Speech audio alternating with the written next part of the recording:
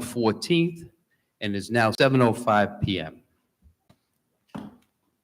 Everybody please stand for the pledge. We'd like to introduce our reader tonight for the pledge. Ms. Denise Alufa from the board will introduce. I'm introducing Danny. It is with great pleasure that we introduce Danny Lynn Fardella, an exemplary student and a beacon of positivity in our school community. With a contagious smile that brightens the gloomiest of days, Danny is not only a dedicated student, but also a highly involved and enthusiastic participant in various school activities. As an accomplished athlete, Danny contributes her energy and skill to our soccer, unified basketball, and flag football teams, showcasing her commitment to both teamwork and sportsmanship. Her musical talents extend to playing the trumpet in our school band and jazz band.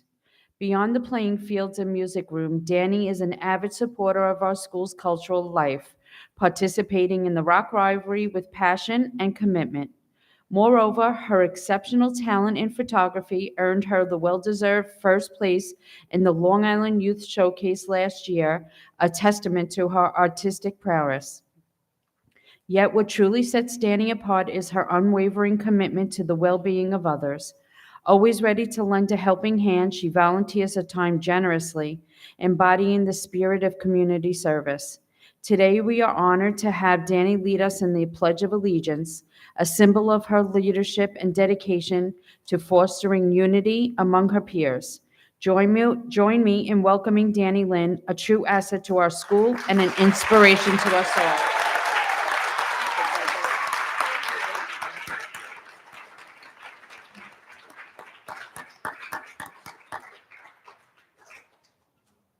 I'm too short. Thank you. I pledge allegiance to the flag of the United States of America and to the republic for which it stands, one nation, under God, indivisible, with liberty and justice for all.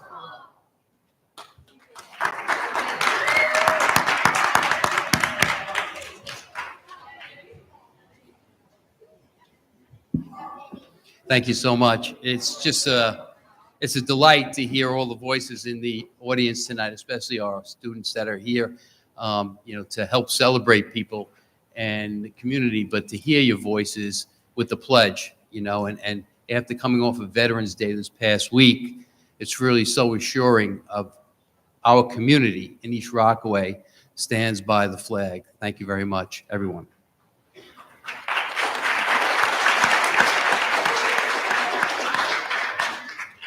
Now, agenda item number C, we're at presentations. This is a great time of the evening. It's our hometown heroes. And the hometown heroes, for anybody who doesn't know, that was started by the Board of Education last year.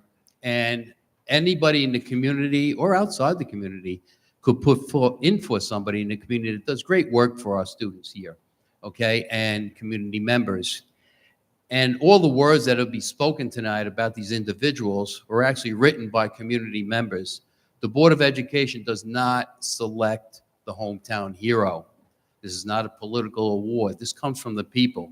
And that's the beauty of it, and that's why we really love it, because when you do good, wholesome work in the community and you get recognized for the work that you share with each other, it should be acknowledged somewhere, and we're acknowledging that. And that's why the crowd is here tonight. So we thank you all for coming out right now. Our first candidate tonight, she was supposed to be recognized back in October, but was on a world around cruise after retiring this past year. And we were flooded in the month of her retirement with why this individual should be the hometown hero. So we're just now getting to recognize her, but that is Sue Torborg. And reading for Sue Torborg, we our principal, Mr. Schaefer. Come on up, Sue. So it's my pleasure to be here again to speak about Miss Torborg. Susie is a beloved rock. Sue is an East Rockaway resident with strong family roots in this community.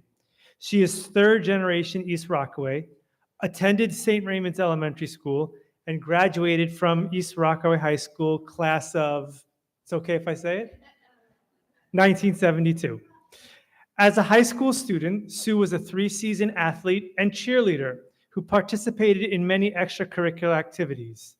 Sue made the most of her high school years and continued her involvement as a member of the class of 1972, having organized 4 class reunions, which is no small feat. For their recent 50-year reunion, Sue did a stellar job in organizing and planning the reunion weekend for more than 50 of her classmates that consisted of a tour of the high school, the state-of-the-art sports complex, followed by dinner and Sunday brunch. Sue sums up everything that makes East Rockaway the special place it is. Sue is an enthusiastic alum, fostering community spirit in so many aspects of her life. She spent many years as an integral part and beloved member of the ERSD school community, giving her all to our students, families, and our coworkers. She is kind, compassionate, and respectful. She lends her organizational skills to many charity events, including autism awareness, clothing drives, food drives, and Toys for Tots collections.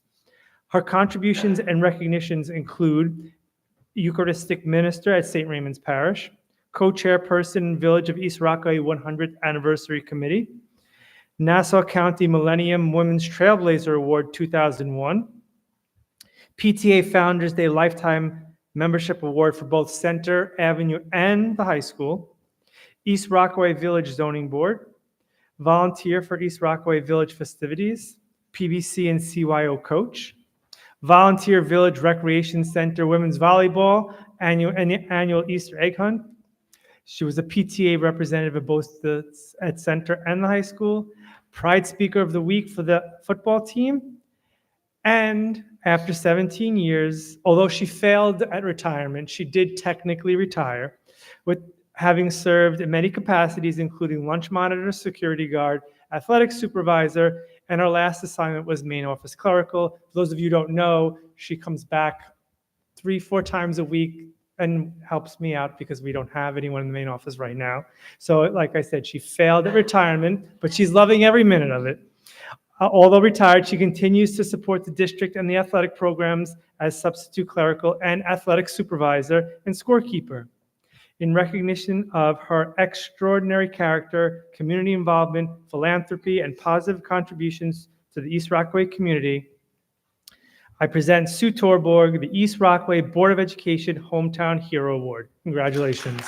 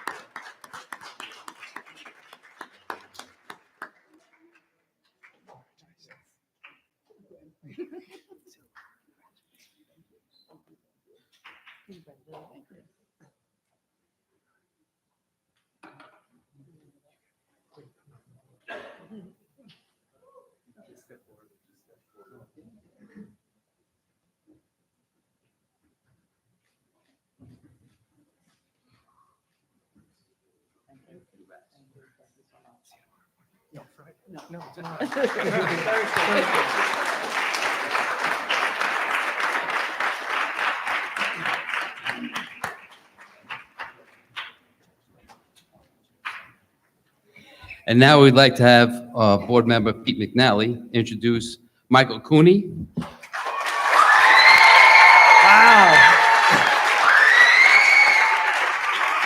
Wow, Mike, that's some response there. All right. Maybe he should come up and do this. Michael Cooney grew up in East Rockaway, is a staple in our community, and a true family man. His love of family and community is evident in his love for coaching. For over 10 years, Mike can be seen on the field or court, helping young people hone their athletic abilities, but more importantly, their character. As their coach, he makes sure each player has a wonderful experience with each sport he coaches. He addresses setbacks that would normally affect a player's morale and turns it into both a learning experience and a positive scenario. What a great teacher and confidence booster.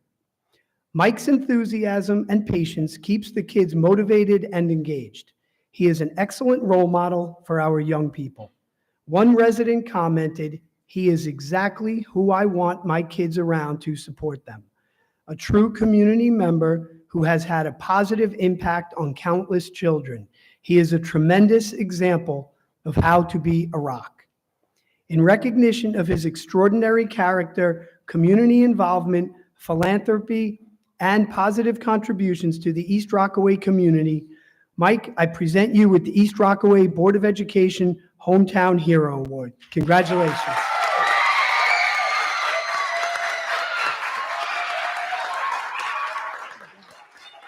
Great job. You didn't get you the food, but you got the answer. So good. Very good.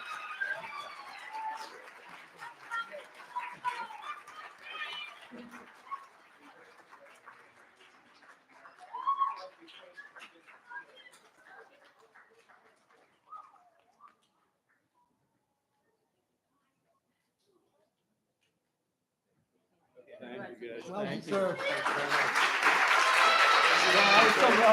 Nice. Keep up the good work.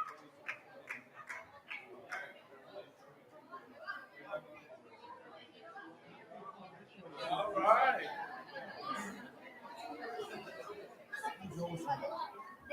What's up, guys? What's up, Ricky? What's up?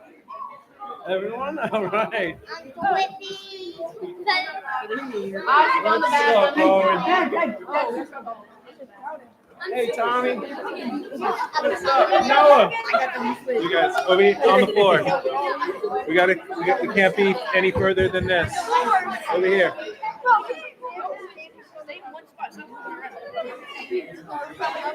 You good? You on the floor. Right here. Yeah. Stand up. I want to see you. Stand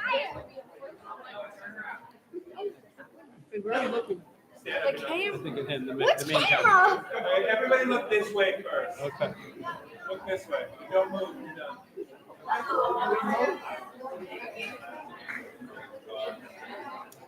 Yeah. Everybody look this way.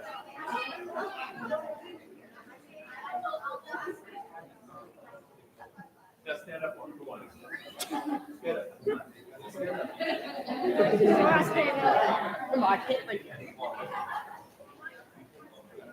Thank you. Thank you. My Pebbles. Thank you, guys.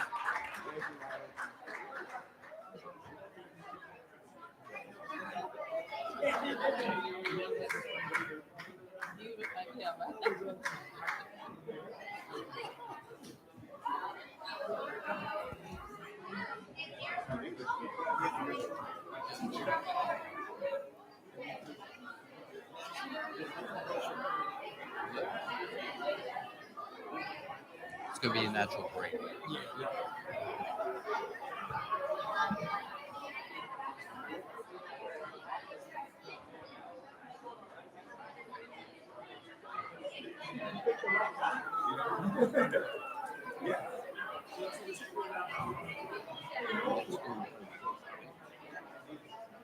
Presentations being done by Mike.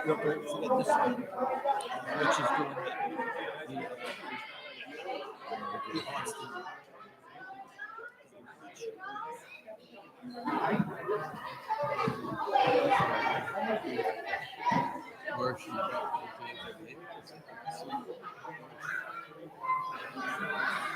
is she here?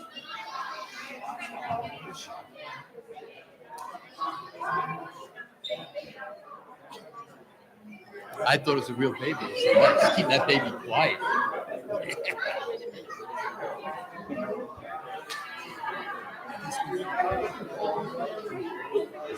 I did too.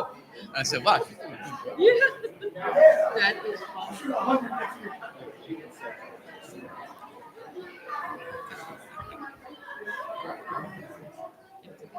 As that was always a good family.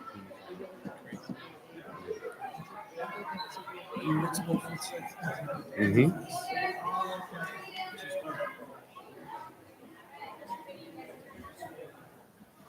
Okay, moving along with our meeting. In recognition, we would like to recognize Elizabeth Ruggiero for a perfect score in the AP drawing exam. Elizabeth, why don't you come on up? And our principal, Mr. Schaefer, will make that recognition. So I have a few words that were prepared by Ms. Galante and Ms. Cabasso, who couldn't be here tonight. So tonight, we are here to acknowledge and honor the outstanding accomplishment of Elizabeth Ruggiero, an art student who has not only embraced creativity, but has also excelled at it, earning a perfect score on her AP drawing exam.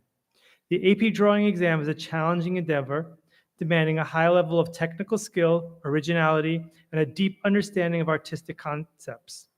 It is a testament to Elizabeth's commitment to her work that she has not only met but exceeded the rigorous standards set by College Board.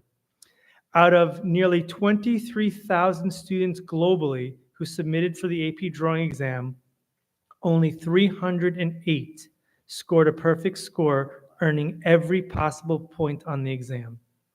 Elizabeth's portfolio explored the sustained investigation of different forms of love in her life and how they can be seen through the lens of ancient Greek concepts of love. She really made her art about her observations and her life, persevering memories of love and capturing moments. As a school and an art department, we are so proud of her accomplishments and look forward to seeing her portfolio this year for her AP 2D design exam. No pressure. Elizabeth's success is an example of how recognizing and celebrating creative thinking is crucial within educational curriculum and it not only fosters individual growth, but contributes to the overall development of a well-rounded student. Congratulations. Congratulations.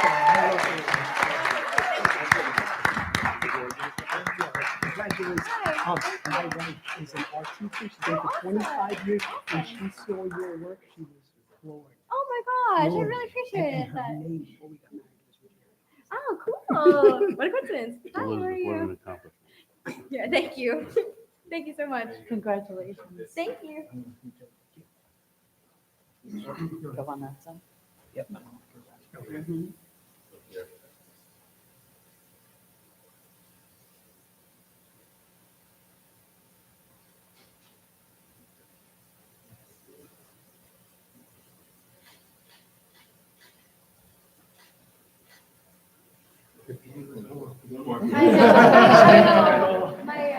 You got Thank you so much. I know, Is it okay? I feel stressed now. Being like,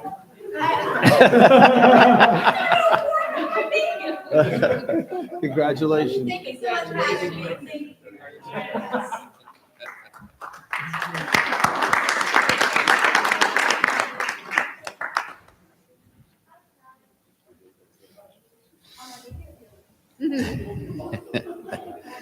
You know, I didn't realize that the baby was not a, yeah. So I turned to one of the board members and said, wow, that baby's really quiet over there. Oh, boy. Good night now. Thank you. And we have our last presentation this evening, bond construction and capital improvement update. So as Mr. Van Wart is approaching the podium, just like to say, Mr. Van Wart hit the ground running. He's bringing a wealth of experience to the district, and he's excited about recapping bond construction update and some of our capital improvements. So please give him your undivided attention to Mr. Van Wart. Thank you. Thank you, Mr. DiSmazzo. Hang on one second, Mike.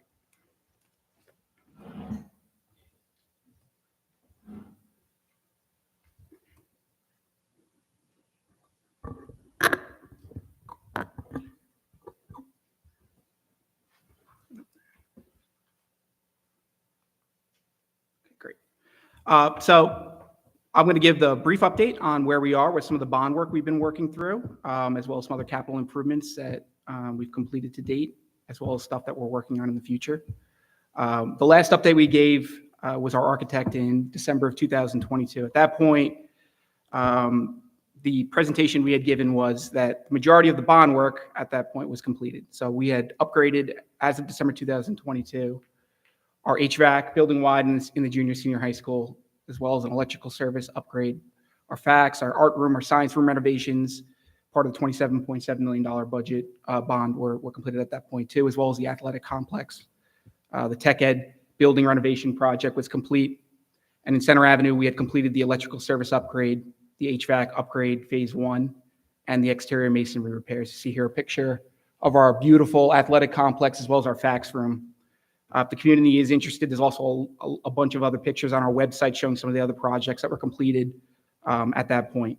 What I'm going to do now is I'm just going to give an update on what we've been busy doing over the past year through 2023, and then I'll spend a little time at the end just talking about where we see ourselves going in the future.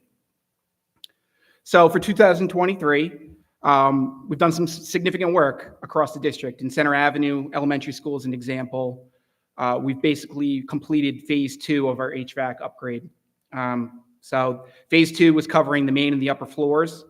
Our heating and ventilation components of this upgrade are 100% complete in time for the winter. Significant improvements in the quality of air in that building.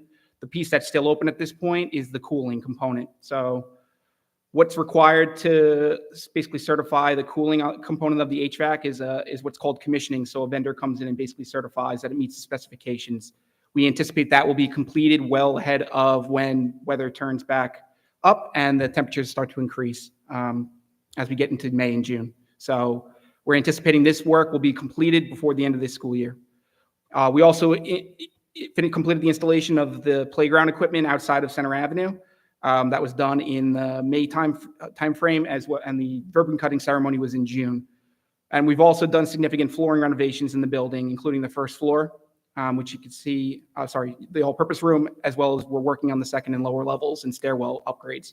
You can see a picture here. This is what the AP room flooring renovation project looked like before and after, and the new floor is beautiful. Significant improvement over the quality of the floor from before to after. Here's some pictures of our HVAC units that we upgraded in Center Avenue. So this right here is from a classroom. This is the actual unit with the HVAC unit coming in place. We also upgraded some of the classroom bookshelves and storage as an example of some of the work that we've done. And this last picture over here is a picture of an HVAC unit in one of our corridors. In the first floor where you see the new flooring is also in place. Another picture of the flooring that we put in on the first floor. And a staircase that we updated the treads and the railings to be in ADA compliance. And as I mentioned, this flooring will be expanded over the Christmas break to be on the second floor as well as the lower level. So the entire building will have an upgraded floor at that point. Here's a picture of our playground that we installed over the course of the spring. There's our superintendent taking a test ride down the slide. That's how we certify to make sure that it's safe for our students.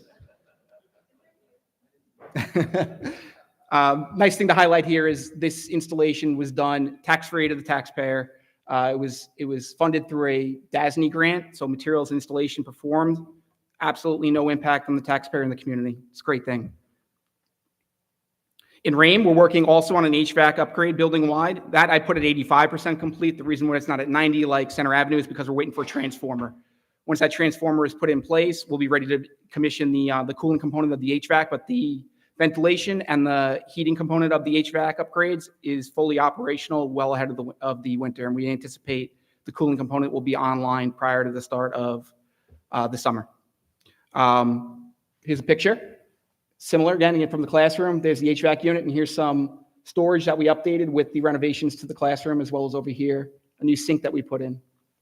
It's all great stuff. Here's a picture of the gym in Rame, which was retrofitted with an HVAC unit in the ceiling here. And when this work was done, we also upgraded the lighting. Rame is scheduled to have an update to its cafeteria service line over Christmas break as well.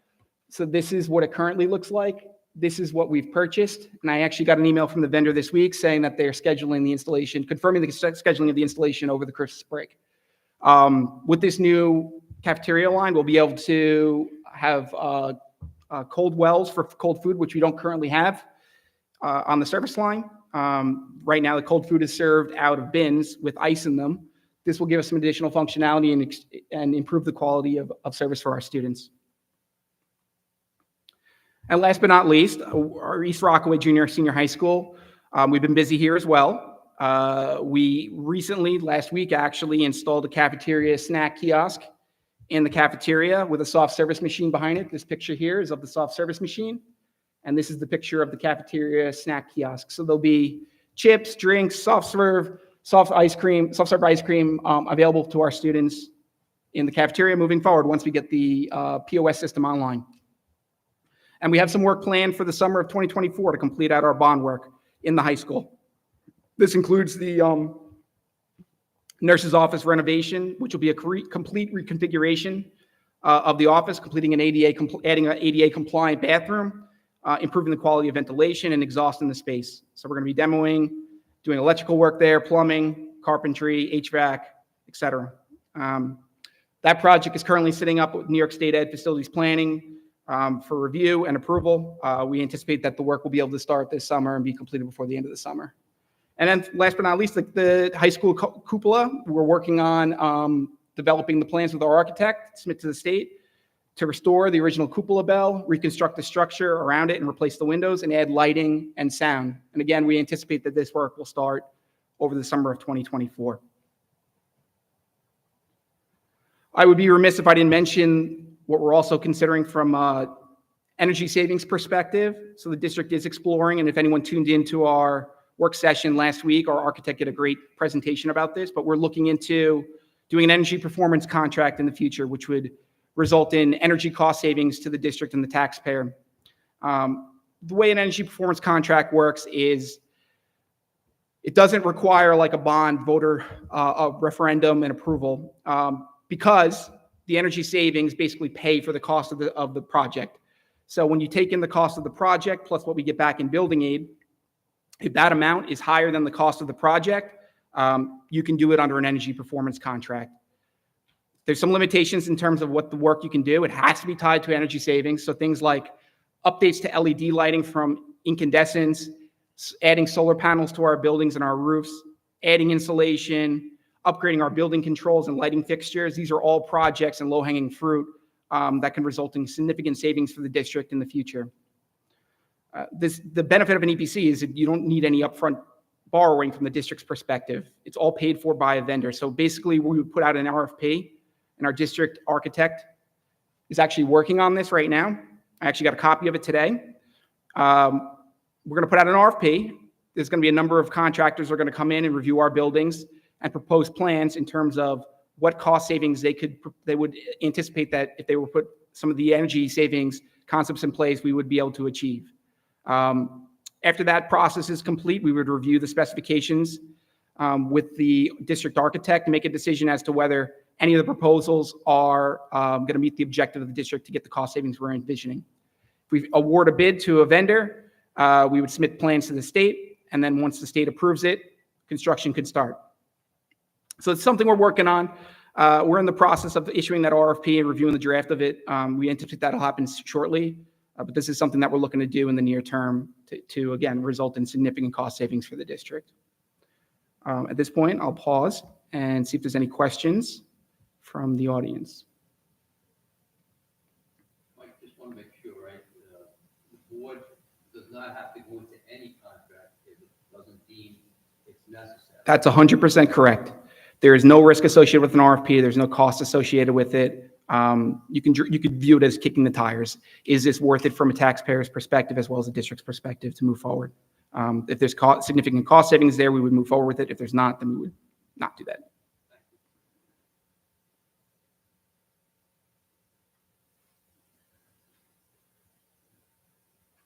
All right, thank you.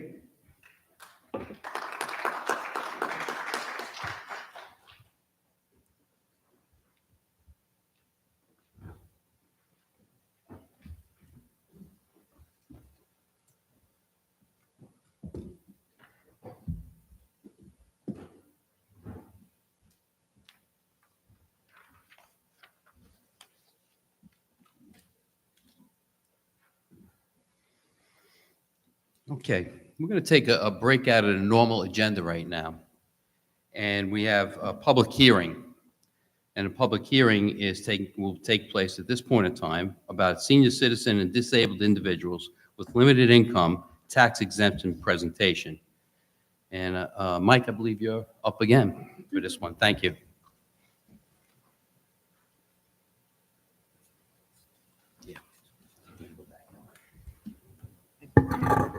Me again. Just one second.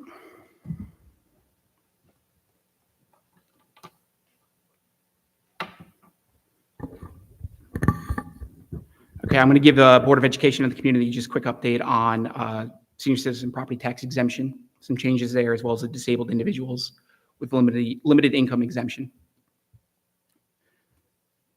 So in 2010, the senior citizen and disabled individual with limited income exemptions, the maximum income eligibility limits were set at $29,000 by the state. Since 2010, in 2022, the governor approved the package that was passed by the legislature to raise the income eligibility limits to starting at 50,000 with a phase out, and I'll talk about that in a second. Shortly thereafter, in 2022, the county and the village town adopted that standard. So these exemptions require adoption by the local general municipalities. This is unlike the STAR exemption, which if you're a taxpayer in the state of New York and you own a home, you're in the program as long as you meet the eligibility requirements. In December of 2022, the district considered this, but at that point, there was not a lot of data available to assess whether there would be a significant impact to the community if the income eligibility limits were raised to the statutory limit. So now the presentation today is to talk about, now that we have some data, what the impact would be and who could potentially qualify for this in the future. Any increase that would be agreed to by the Board of Education will be effective for the 2024-2025 school year. So starting with the senior citizen tax exemption, if you're a homeowner in the community and you're 65 or older, or if you co-own with a spouse or a sibling who's 65 or older, you could qualify for this exemption. You must occupy and use the property as your primary residence, and you must have owned the property for 12 consecutive months prior to the date of filing for the exemption. So this exemption requires you to apply for it through the county. If you don't apply for it, you don't get the exemption, even if you do qualify for it. You can't have children living in your home by default under the statutory guidelines if they're attending public school. If they're attending non-public school, you still potentially could be exempt. So as I said, the exemption limits from an income perspective is $29,000 with a full 50% exemption of assessed property value. So half your property value, if you make under $29,000 and are eligible, would be exempt from school property taxes. And then there's a phase out through $37,399. That's the current limits. That's in place right now. Any community member who has income below that would be eligible for this exemption. What we're going to talk about today is the change. So the change is to raise the maximum eligibility limit to $50,000. So if you make under $50,000, potentially 50% of your assessed value of your property could be exempt from taxes. And then this is the phase out. This table right here, this is the phase out of assessed value that would be exempt based upon what your income is. So as an example, if you make $54,000, 25% of your assessed value, not the 50,000, 50%, 25% could potentially be exempt under this exemption. The disabled with limited income tax exemption has the exact same income thresholds. The only difference between this and the senior citizen tax exemption is if you receive disability through Social Security Administration, you could be eligible, or if you can provide proof of disability from another eligible governing body, such as the Department of Affairs, Veteran Affairs, or the U.S. Postal Service as examples. Same limits, currently at $29,000 with the phase out. So if you're a disabled individual making less than $29,000, you can apply for this exemption today. So what's the impact of increasing a tax exemption income eligibility limits on the community? So you would expect, if you go from $29,000 to $50,000, additional homeowners in the community would be eligible for the exemption. However, the school property tax levy does not change. So that's set by the school district and the Board of Education. What changes is how the pieces of the tax levy are paid by community members. So if there's additional individuals in the community that are now exempt, their property, their piece of the puzzle in terms of what the school property tax levy is, shifts to everybody else in the community. Just to give you a sense of how many people in the community are currently eligible for the exemptions, it's less than 1% of individuals who are making less than 29,000 and qualify for one of these two exemptions.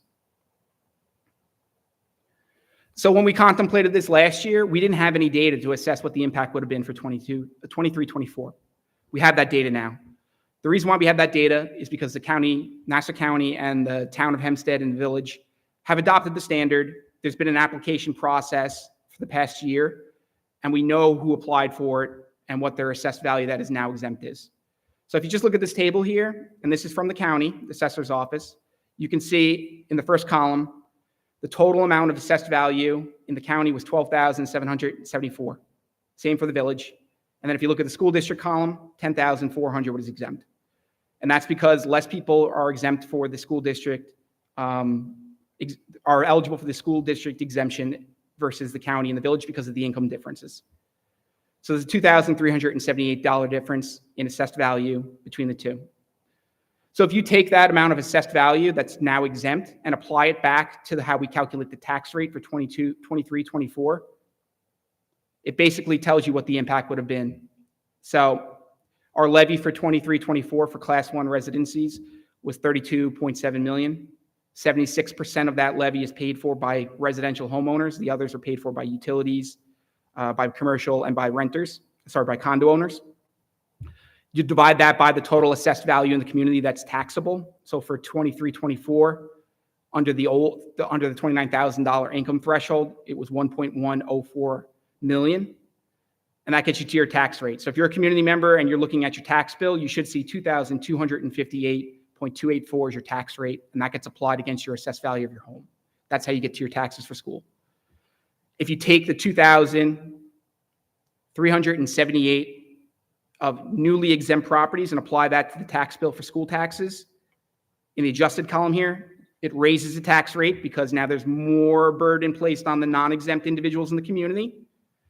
And you times that difference between those two by the average assessed value in the community, which is 377. It gives you what your incremental difference would be for the average homeowner in the community. And that's $18.37 and an increase in property value, property taxes, or $1.53 a month. So that's the impact for 23-24. Now, you would expect in 24-25 to be fully transparent that additional individuals would apply for it, but it wouldn't be significantly more than what is currently applying for. Year one would be the highest level of adoption, and then in the future, you would expect it to kind of trail off a little bit. But for 23-24, we know based upon the data that Nassau County provided that it was an $18.37 difference on an annual basis in property taxes for the non-exempt individuals if the income thresholds would have been at 50,000 versus 29,000. So I'll just pause there for a second, just talk about what the next steps would potentially be. If the Board of Education decided they wanted to adopt the maximum thresholds at 50,000, they would have to do that through a board resolution. For it to be effective for the 24-25 school year, that would have to occur prior to December 31st, 2023. Any questions?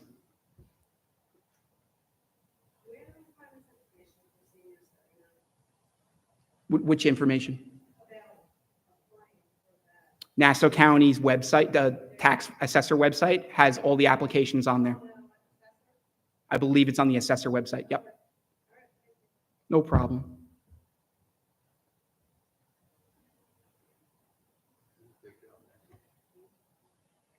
You're welcome.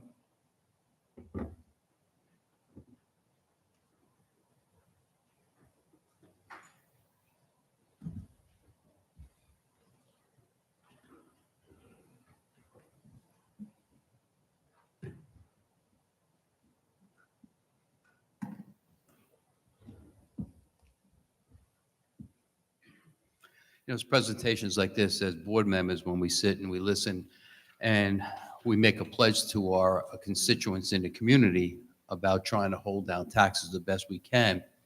All right. These are great presentations for us to look at and to say we could possibly do this with our community. We'd like to do that. And we'll discuss this a little further. And again, by December 31st, correct, Mike? Correct. We will have a resolution one way or another. Thank you very much. On the new business now, E, we have a couple of updates. And first, I'd like to ask our superintendent, Mr. DiTomaso, to speak about the mascot update. Absolutely. And thank you, Mr. Van Wart, for those informative presentations. Very good. Thank you. So new business. So I'm going to read a statement just kind of summarizing what's been happening with the school mascot. So the past spring, the Board of Education missioned me with a task to investigate the previous Rockman mascot situation that resulted in a cease and desist order from Marvel Comics. After sharing the information of the case and consulting with our legal counsel team, I was then charged with the task of writing to Marvel Comics, which is now owned by the Walt Disney Company, to determine if it was possible to reinstate a version of the former Rockman mascot. The following is a response from Kate Hayes, Associate Principal Counsel for Marvel Entertainment.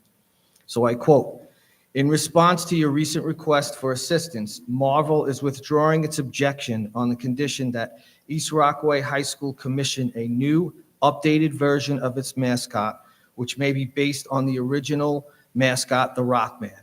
We ask only that East Rockaway High School respect Marvel's property and that any mascot it adopts be used in an appropriately limited manner to support and promote East Rockaway School District's athletic teams and academic activities."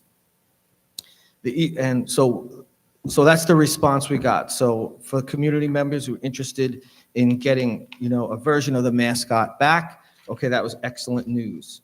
So right now, East Rockaway High School Art Department is in the process of forming a draft of the mascot, which will eventually be shared with Marvel Comics for their approval. Once received, we will proceed with an approval and an adoption process shortly thereafter. We are looking forward to bringing back a version of the Rockman that respects the past and creates a new tradition. So that's where we are with the Rockman. That's very good news, and looking further to, continue looking at that and hopefully get our mascot back here. Thank you. Next one, we have grants from the ER Ed Foundation. Yes, as usual, the Ed Foundation is incredibly supportive of the district. Twice a year, they offer our staff grant opportunities. And I'd just like to take this time to thank the Ed Foundation. They approved almost $2,000 worth of grants for our staff, which go a long way in supporting our teachers in the classroom and some of the initiatives that we have. So I'd like to give a big thank you to the Ed Foundation. That would be Kristen Octera and her team. I would also like to thank Christy Boyce from the Art Club. They have donated $70 to our club. Gail Beyer and the outdoor classroom seating has also donated close to $800, actually $763.31. And also Gail for orienting, $165.75 for that.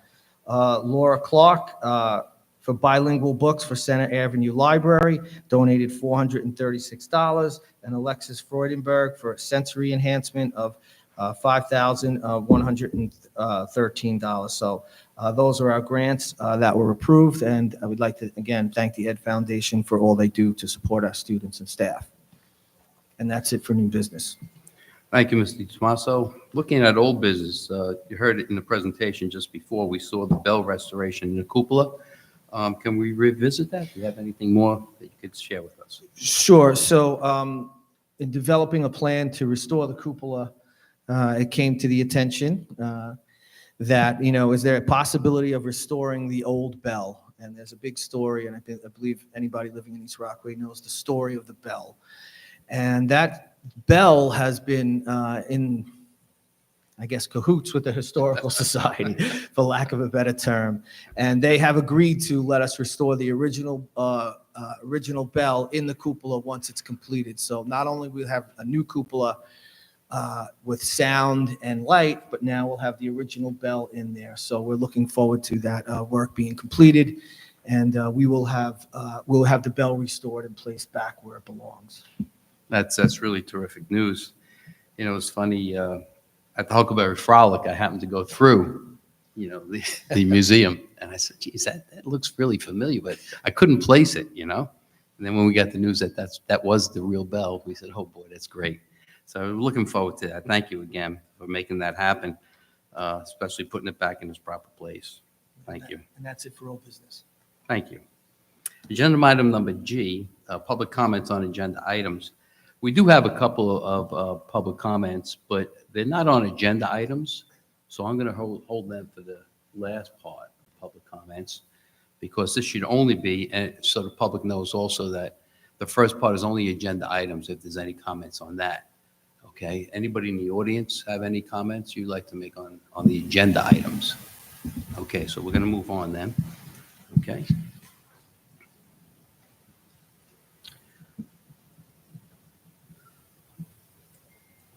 Okay, we're going to look for a motion to approve the meeting minutes of 10/17/23. I'd like to make that motion. Motion by Ms. McNally, Second. second by Mr. Lufo. All in favor? Aye. And also the minutes, we'd like to make the motion for minutes of 11/3/23. Motion. Motion by Mr. Lufo, second by Ms. McNally. All in favor? Aye. Okay. Approval of minutes from both those meetings are now in the books. Moving along now, receipt of our financial reports. And that was from September of '23. Any questions from the board members on them? Okay. Correspondence. We have now correspondence is what I can share here. Okay, and correspondence again comes from to the Board of Education account on emails, and we have one, and this just came in actually tonight. And tonight's meeting, can you please address the status of the playground at the back of Center Avenue and what needs to be fixed, as well as the timeline and the cost? I could talk a little bit about it, then I'll have Mr. Van Wart talk about that. So just for the public, during that rainstorm in October, we had what's called a sinkhole happen at the back of the playground on the far side. And that sinkhole was a 3x6 hole, and that was based on what was previously there, not to anybody's fault, but there was a dry well there, and it created a situation in which we had to shut down the playgrounds, obviously for safety reasons. We needed to bring in our insurance company to investigate and to determine, what the issue was and how we could fix it. So it's been going back and forth with the insurance company. As a matter of fact, Mr. Van Wart and I had a conversation about it today. So I don't know if you want to update the community. Yeah, I mean, that you pretty much covered it, but the estimate we got from a contractor is about $72,000 worth of work. So we're trying 70. What was that? 72,000. It's not. It's. I'll come with you.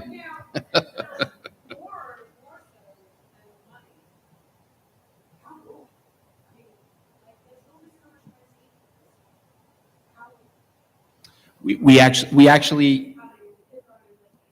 issued the PO today, so it should be pretty quick moving forward now. Jim, how long does it typically take for renewed it? Should be scheduled. Yeah.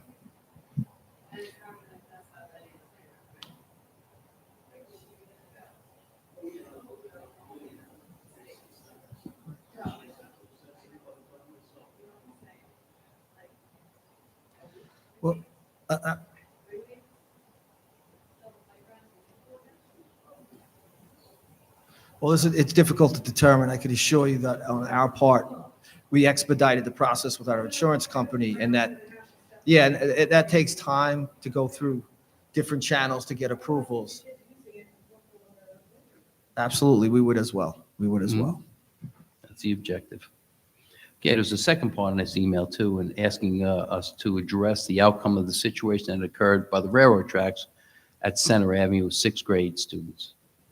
Okay, I could talk to that. So there was a situation where, as you know, the Center Avenue corner is backed up to the train station. There was a situation where our kids were playing in the area, and there was a dialogue between someone who was trying to get a train ticket and our kids in the playground.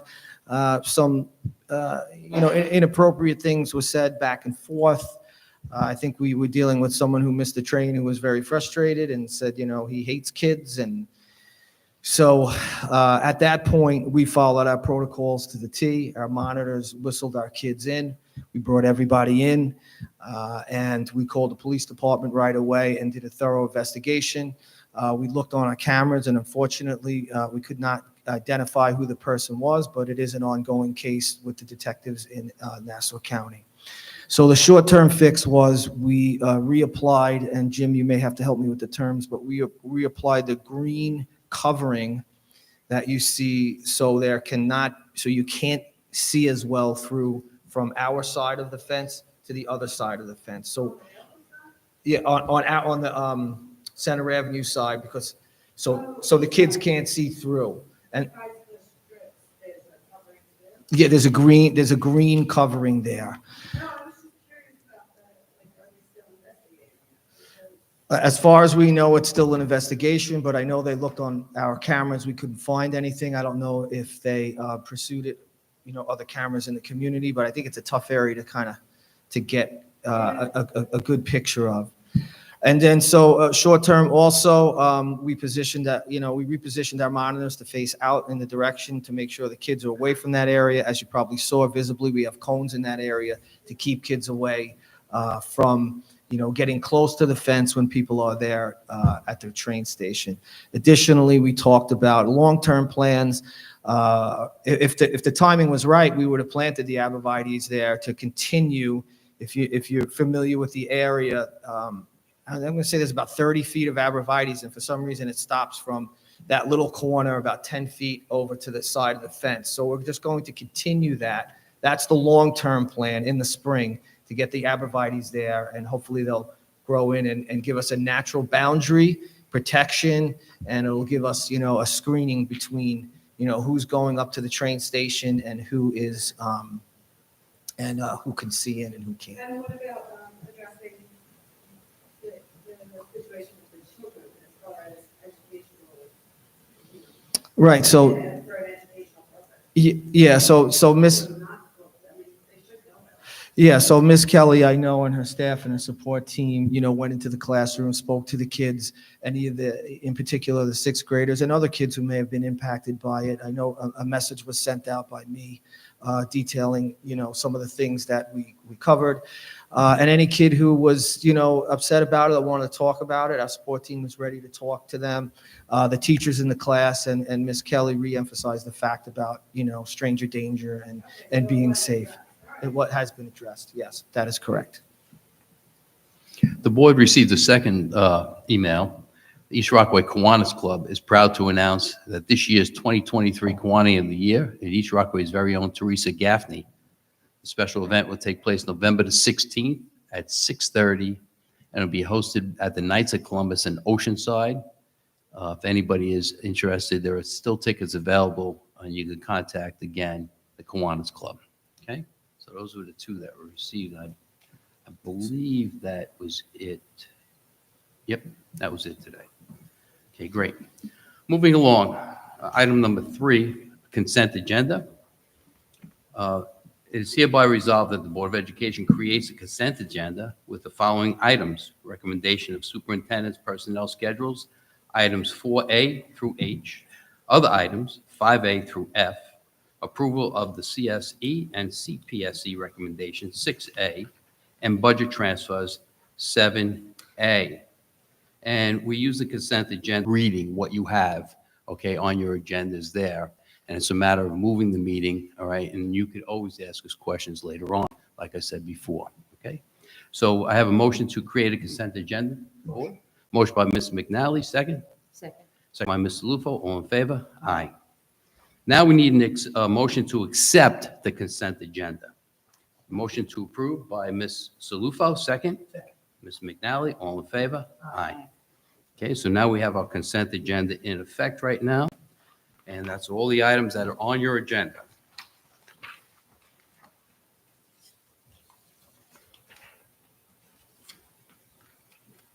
And again, just to reiterate to everybody at home, or that the board thoroughly goes through all these items before the meeting. That's why we have work sessions that do all of that, okay? So now we're moving through, and I gotta find my page. All right, we did the Approval of budget transfers on policy matters. Okay. So right now, we're at policy matters, agenda item number 8. And the policy subcommittee will be meeting coming up now. We do have policies that were being reviewed, and the following are pending adoption. And that's 8130, 8131, 0115, 8140, 6710, 9520.6, and 5710. Okay, so we have a lot of policies that we have been looking at, and the policies that are up for review at this point of time tonight. Okay, we have our regular meetings, which are 2310, 2325, 2340, and 2360. Okay, and we have a slew of other policies, again, that we'll be looking at when you look at your agenda there. Just so everybody knows, those policies always come up by school boards, and school board sends us recommendations to review policies, to update them because of changes in the school laws that are around. So we review those at those times, and sometimes it could be just 1 or 2 words, but sometimes it could be a whole document that it takes us a little longer to go through. Okay? And the committee will be meeting on November the 28th as our next meeting. Next, agenda item number 9, reports. We have a superintendent's report. Ms. DiTomaso? Yep, thank you. So I'm going to ask for a little patience to bear with me. I will say I'm incredibly proud of the things that we're accomplishing inside the classroom and outside the classroom. So I have about 11 pages of really great stuff that are happening in the district. So Mr. McNally, please bear with me. But I'd like to put it on the record again because, I'm incredibly proud of our administrative staff, our teachers, support staff, my central office administrators for all the things that we've been working on and coming to fruition. And in particular, academically, I'll be talking a little bit about project-based learning, iReady, and some of the things that 3 years ago I was talking about. And I'm incredibly excited to see them really start to take root right now. So bear with me. In the area of achievement, our launch of project-based learning was a tremendous success, which was this past week. Our trainer from PBL Works, Houston from Houston, his work began modeling the classroom conditions and culture necessary to successfully implement PBLs. From there, he guided teachers through the complex process of planning a gold standard PBL. Finally, teachers developed a fully articulated PBL unit they will be implementing in their classrooms within the next few months. Teachers were engaged and energetic. Many developed very creative PBL units to improve our students' experience. And to me, this is the start of a transitional phase for our instructional practices because we've been talking about it, what the benefits of PBL are. And all the staff who participated were not only motivated and invigorated, but it was reinvigorating for me to see how engaged they were in the process. It was a successful fall season for the Rocks in athletics. The varsity football team made the playoffs. Varsity volleyball won the Nassau County C Championship. 14 cross-country runners made it to New York State qualifying meet. And one student, our very own Erin Lynch, moved to the New York State championships. So congratulations to all our coaches and Mr. Gregory, our athletic director. 7th grade students in Spanish engaged in a research project around music in Spanish culture. This was a collaborative effort between the World Language Department and the English Department, supported by a library media specialist, Ms. Murray. The cross-disciplinary approach guided students through their research and writing journey, fostering global awareness, digital literacy, and strong communication skills.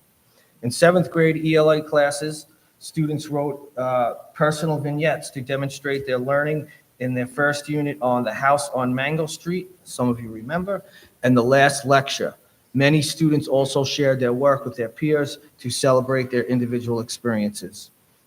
A fine arts area, 32 music students in grades 5 through 12 have been selected to participate in this year's all-county music festivals.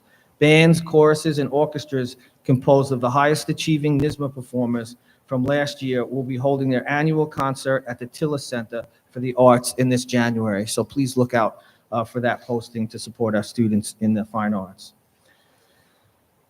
Another incredible academic achievement at Center Avenue, Thinking Maps Level 2 portfolio submission is a tremendous accomplishment for Ms. Kelly and her staff. They have dedicated numerous professional development hours to make this achievement possible. They met a number of rigorous requirements, including an 84-page PowerPoint highlighting numerous benchmarks that were accomplished. So Thinking Maps is one of our initiatives, and Ms. Kelly is taking it and moving our district in further in that direction. So congratulations to Ms. Kelly. I know our TOTS, which are teacher trainers, are doing a fantastic job over there. Superintendent's Conference Day, one of my proudest. I'd like to thank Mr. Murray, my central office team, and our administrators for planning that day. Our November Superintendent's Conference Day took place on Tuesday, November 7th. In addition to the 34 teachers assigned to the inaugural PBL training cohort, the program included AM workshops on AI, artificial intelligence, Canva, a Canva presentation, and instructional feedback.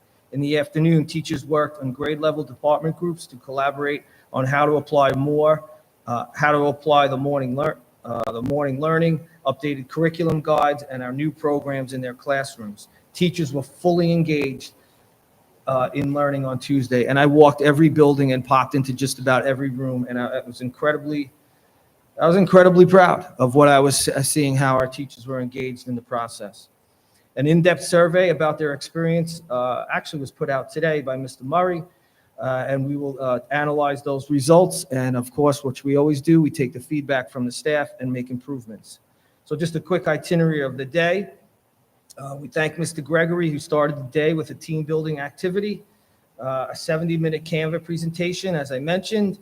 We had a workshop on effective feedback run by Mr. Murray, and our PBL training for grades 5 and 6, as well as our training for business, English, and social studies teachers at the high school. Data analysis using last year's Regents results and this year's iReady results for the high school math department were part of the day. And again, it was a great day of leading and learning for our district. In the area of opportunity, students in Center Avenue's K-Kids and Student Council worked together on a Thanksgiving food drive. During their meetings, they discussed outreach on how they would promote the event. Center Avenue K-Kids created public service announcement that was featured during newscasters. Grade 6 students at Center Avenue supported families during our most recent parent-teacher conferences. Students led parents around the buildings and answered any questions, and it was a credible opportunity for our 6th graders to be in a leadership position, and it created a lot of smiles for the parents.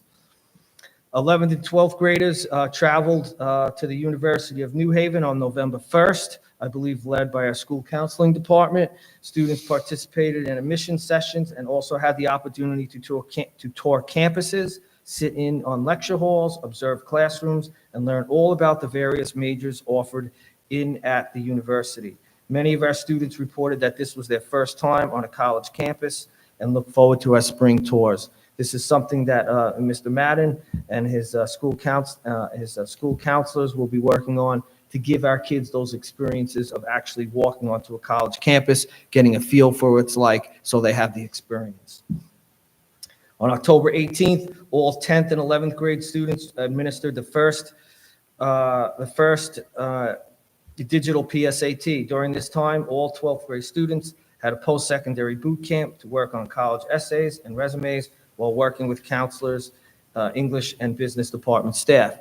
So that's important. We want to train our students. I believe in May, they'll be shifting to a total digital platform. So we want our students who are going to take the SAT to be prepared for that.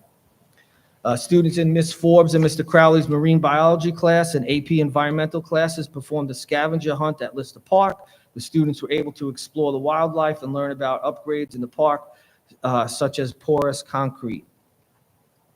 Students in Mr. Crowley's AP environmental class were able to participate in a Day in the Life of the River program. This marks the first time since 2016 that the Mill River was explored. Students were able to catch and catalog marine life, collect water samples, and learn about the river itself with the help of visiting scientists from the Department of Environmental Conservation. The data collected by the students will be added to the state's database on the health of the Mill River. Our annual surveys for interest in athletics will be upcoming. The junior high school survey for current 6th and 7th graders will be given out to 6th graders during their health classes on December 4th and 5th at Rame Avenue and December 7th and 8th at Center Avenue. The 7th graders will be taking it in their physical education classes and on their own time, as Mr. Schaefer will post the school in Google Classrooms. The high school survey for current 8th through 12th graders will be given in PE classes or can be done on their own time in their Google Classrooms as well. In the area of innovation, Center Avenue had the Sky Dome presentation funded by our PTA, so a big thank you to Center Avenue PTA. Students engaged in simulations where they learned about solar systems and the safety of our own school. All students were mesmerized by how the Sky Dome brought the planets and stars to life. Students in Mr. Howard's special topics and engineering class finished building and coding their robots to navigate a maze and pick up a ball at the finish line. The students get to pick the next challenge and have elected to create a game of Hungry Hungry Hippos. For those older in the audience, I believe you might remember that one. Students in Mrs. Meyer's 8th grade technology classes are learning basic digital animation skills and are creating, I'm going to try to say this right, phenokistoscope, which is an animation device that creates a fluent illusion of motion. Students in 7th and 8th grade recently completed their first round of assessments on iReady. Soon, all teachers will be using this program will undergo another round of professional training and development set up by Mr. Murray with a focus on utilizing the assessment results to inform instruction and improve differentiation. So the combination of iReady and PBL is really exciting, and I'm looking forward to how that's going to drive the district forward in terms of improving reading and math scores. In the area of connection, both Center Avenue and Rame Avenue schools honored our local veterans community by holding multiple events last week. Both schools worked with the VFW Post, where veterans visited both schools to participate in unique events. Students honored our veterans by making cards, pictures, and even saluted the bravery and dedication of our veterans. Center Avenue on November 8th, we had a special guest, George Catalanato, a Vietnam Army veteran, hosted an assembly that taught about helping other veterans. He talked about veterans' career benefits, military duties, and ongoing security needs that America's servicemen and women provide. And I was at that assembly, and he did a great job with the kids. He showed them how to salute, and he actually was taking out items such as walkie-talkies and Army helmets, and brought the kids up. So it was incredibly interactive, and I thought the kids got a lot out of that. Also at Center Avenue on November 9th at 8:45 a.m., students and local veterans assembled outside for the Pledge of Allegiance led by our 6th graders. All veterans in the Center Avenue community were honored. At Rame Avenue, students made thank you cards, which are delivered to the local VFW. Stars honoring veterans added to the honor roll wall as well. A whole school assembly on flag etiquette and bravery took place on November 9th at 10:30 a.m., in which the students heard directly from our veterans. And this was also very touching because it was the veterans growing up in our own community, who many of them had children in the school. So it was very impactful. And, Mr. Bixhorn and the teachers all were in the auditorium, and it was a worthwhile event. East Rockaway students on a different level wrote letters to veterans, which were delivered to the local VFW. And I'm sure those were inspirational messages for our veterans who need that. Counselors conducted classroom push-ins in the week of November 6th to the 9th. In those classes, the counselors used this opportunity to discuss their roles as high school counselors. Students learned how to read a high school transcript and were also introduced to resume writing. Mr. Robert Deutsch from the East Rockaway High School class of 1973 spoke with students in Mr. Palermo, Mr. Duet, and Ms. Poland's classes to deliver the message: you can do anything you want here at East Rockaway. The only limits you will have are the ones you put on yourself. And I know that the students were motivated and inspired by this. As a part of the culmination of their first unit, students in the Spanish for Heritage Speakers class welcomed an award-winning media expert with an impressive track record at the major industry giants such as HBO, Paramount, and Vogue. This accomplished speaker shared valuable insights with the students, emphasizing the significance and advantage of bilingualism and the prevention of one's culture and preservation of one's culture and identity. October was Italian American Culture Month. Mr. Catito, with his students, shared information during homeroom announcements, which included songs in Italian, famous landmarks in Italy, cultural information, and of course, emphasized Italian foods. Ms. Forbes presented a workshop modeling in the science classroom at this year's State Science Conference in Syracuse. This conference is attended by teachers and administrators from all around New York State. Mrs. Forbes, who serves as the section director for Suffolk and the section area representative in chemistry for this organization, proudly represented East Rockaway with the presentation titled "Stop Drawing for Them, Creating Skillful, Effective Modelers." So we're very proud of Ms. Forbes representing East Rockaway and presenting upstate New York. I spoke about this at our work session, but East Rockaway is attempting to become a Narcan training site. We will have a session for the district that will take place on November 28th after school. Interested staff have been provided a link to sign up for the participation. Each person will be provided with a kit that includes Narcan.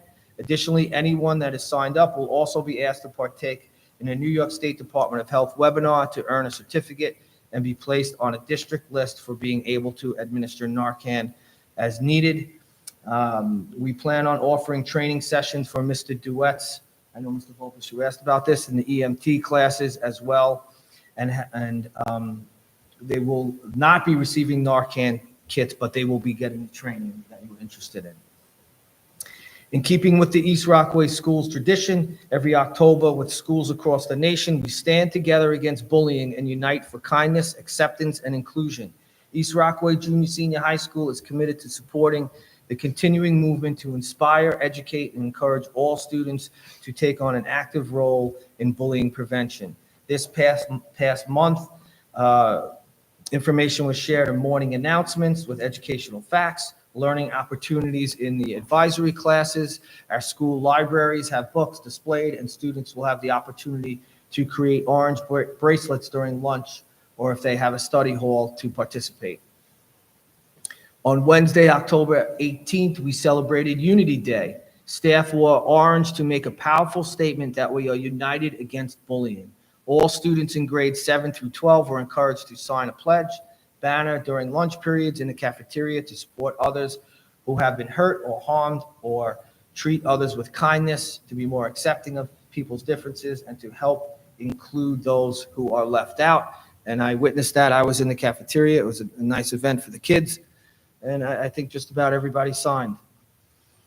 As a part of our expansion of this job coaching program for our skills and achievement students, our teaching staff partnered with Mr. Daly, our facilities director, to identify classrooms throughout the school day that would benefit from the hard work of our students. These young men, who have been developing their vocational skills over the last few years, naturally adapted to the new work environment and did a fantastic job. Ms. Ostrander, who runs the job coaching program with Ms. Crowley, said the following about this new addition to the program: "It was so awesome. The teachers who were working in their room on their off period greatly appreciated.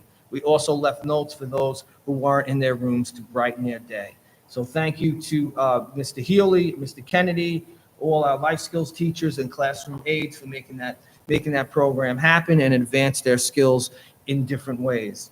And I know Mr. Healy and the PPS office are always constantly working on ways to help acclimate our life skills students into our environment. On that same vein, Cafe 217 opened for the first time at Rame Avenue and was also opened at Center Avenue. So our life skills students got to go on the road and take their treats and drinks and hot drinks to the different elementary schools, and I know it was received very well. And I was a little upset because I had to travel to one of the elementary schools to get my favorite iced tea, but that's okay. I loved every minute of it. It was great. At the Center Avenue faculty meetings and Rame Avenue faculty meetings, the principals focused on the rollout of our ruler program. The faculty engaged in a charter check-in to monitor their progress toward the 6 key goals for building culture. Teachers participated as if they were students, and Ms. Kelly modeled the teacher's role. The staff were engaged and positive and strongly committed to helping ruler work best for our students. Again, in the same SEL vein, Dr. Nancy Kaplan and Lamar Lee finished their first set of workshops with students in grades 5, 6, 10, 11, and 12. As they did last year, they focused on facilitating students finding connections with one another and creating cultures of welcoming, belonging, and inclusivity from student level up. Some of the quotes from the students: "I like how connecting Lamar and Nancy made us and how we went out of our comfort zone to talk to other people and learn new things about them." Another quote: "Love the tips and advice. Makes me see things differently. Loved it." Last quote: "Very inspiring, truthful, and powerful. Very well spoken and great advice." On the fundraising note, the East Rockaway High School gym buzzed with excitement as the renowned Harlem Wizard visited the town to compete against the East Rockaway All-Stars on October 30th. The occasion successfully gathered more than $14,000 from the Rain Avenue PTA. So Rain Avenue PTA, thank you so much for doing that. These funds will be allocated toward acquiring a crucial new sound system for the Rain Avenue All-Purpose Room, a space that multitasks as the school's gym, cafeteria, and auditorium. So a big thank you to Mr. Bixhorn, Ms. Farrenkrug, and Ms. Ippolito for bringing that event. And it was very exciting. We had 28 teachers participate, and it was well attended, and everybody really enjoyed it. It was a fun. You can imagine, the Harlem Wizards lighting up the gym. It was really great. This is something that I'm particularly excited about and spoke about throughout the years, and it's finally coming to fruition this year. The Superintendent Student Advisory Council. This council will consist of 8 student ambassadors and 4 central office administrators. The student ambassadors were chosen by their building principals for demonstrating strong leadership qualities that will bring positive and productive ideas for discussion to the council that are representing of the student body. The council's work will be presented on March 26th, so mark your calendars, to the Board of Education. We are proud to offer this leadership opportunity to the 8 deserving students representing each building. Okay, I'm almost there. Congratulations to the East Rockaway Construction team for another award-winning build. This year's design, Ending Hunger, is as easy as 1, 2, 3, won the award for the student competition and earned Best Concept for the best use of labels. And this was not just competing against students, but against other private corporations. So it was especially impressive. All collected cans from the build will be donated to families in need. So the people involved, a big thank you for Mr. Schaefer and the administration for supporting that.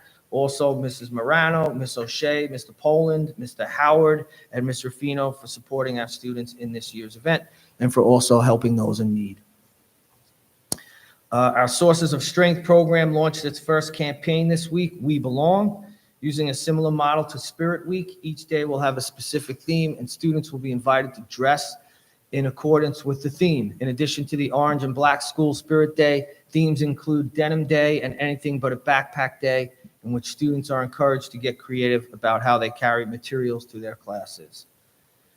And last but not least, this is November, holiday season upon us. I want to wish each and every member of our school community, school board, students, teachers, professionals, PTAs, Education Foundation, community groups, a happy Thanksgiving, and my very best wishes for a holiday weekend coming up, filled with family, friends, love, and football. And that's it. Thank you, Mr. Tomaso. And I apologize for the length. Sometimes you just got to do what you have to do. It's the end of our reports for this evening, and good and welfare of the district. Congratulations to Mr. Michael Van Wart and family on the birth of his daughter, Madison S. Van Wart. Congratulations, Mike. Congratulations. Very, very nice. Any public comments from the audience? Okay, moving along then to board member comments. Real quick, I don't have 11 pages, I don't think. Mrs. Matthews, I agree. Let's just go there right now and fill it in. No, I just want to, what's that? Yeah, I know. It could be quick. We all grab a shovel tonight. But I was so impressed with Elizabeth Ruggiero. Her artwork is just incredible. And what a talented young lady. I'm so impressed with her and her artwork. It was phenomenal. Mr. Howard, Jets Dolphins in about 10 days. If the Jets win, you have to wear a Jets jersey in class. If the Dolphins win, I'll wear a Dolphin jersey at the next board meeting. You were next on the list. Right, I'm done. Okay. So I just wanted to congratulate Sue and Mike for our hometown heroes. It's so important to have people in our community that have such a positive impact on our kids. Elizabeth's work is outstanding, and I am so, so impressed. Happy Thanksgiving to everybody. Congratulations. And thank you.